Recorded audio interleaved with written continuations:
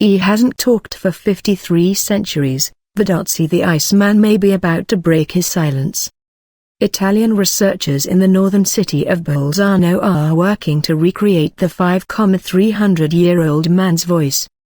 In about a year we should be able to give Otzi a voice, or at least recreate the best possible approximation of his voice, project coordinator Francesco Avanzini, ENT specialist at the city's San Maurizio Hospital, told CNN. In what he claims is the first such experiment ever carried out on a mummy, Avanzini and his colleagues have used CT scans to create a model of Otzi's vocal tract, including the vocal cords and his mouth. Researchers at the National Research Council in Padua will then use this model and special software to recreate the Iceman's voice. Of course we don't know what language he spoke 5,000 years ago, Avanzini said.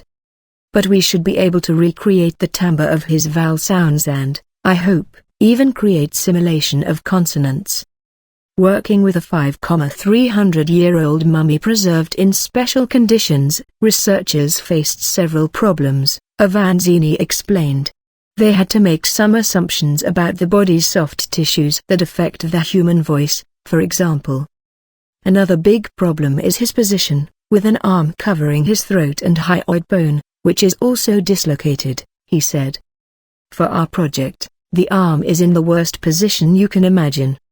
Despite these problems, researchers say they are optimistic.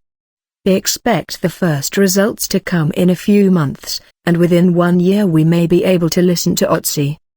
We would like to create a digital file, so that visitors at the museums can hear the Iceman's voice, Avanzini said. Who is Otzi the Iceman? Discovered in 1991 poking out of a glacier in the Italian Alps, Otzi is one of the oldest mummified person ever found. As a comparison, Egyptian mummies are several hundred years younger. He rests in a special cell, at exactly -6°C, 21°F, and 98% humidity, at the South Tyrol Museum of Archaeology in Bolzano, where he is the undisputed star. For the past 25 years, his mummified body has been a window into the early human history. His remains are a treasure trove of information on what life in the Alpine region was like more than 5,000 years ago, while also revealing details of Otzi's life and violent death. According to the Urax Institute for Mummies and the Iceman, and the South Tyrol Museum, Otzi was about 1.6 meters, 5.2 feet, tall and weighed about 50 kilos, or 110 pounds. He probably had dark, shoulder-length hair and beard. 61 tattoos cover his body. Based on their position, researchers think they were part of a pain relief treatment of joints. DNA and other analyses revealed he had brown eyes and was in poor health, unsurprising given his age. At 45, he was rather old back then.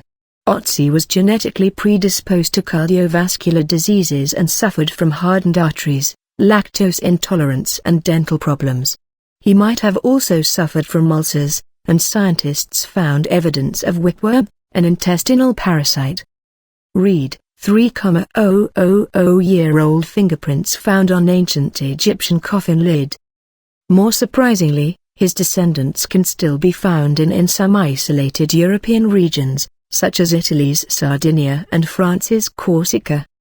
Examining his wounds, researchers found the oldest red blood cells ever discovered.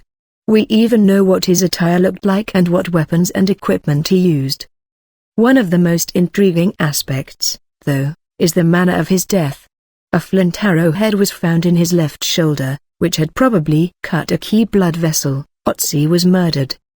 Pollen in his stomach tell us that the killing probably took place during the spring, while other stomach samples show that, at least, he had a good lunch before dying, corn, meat and fruit.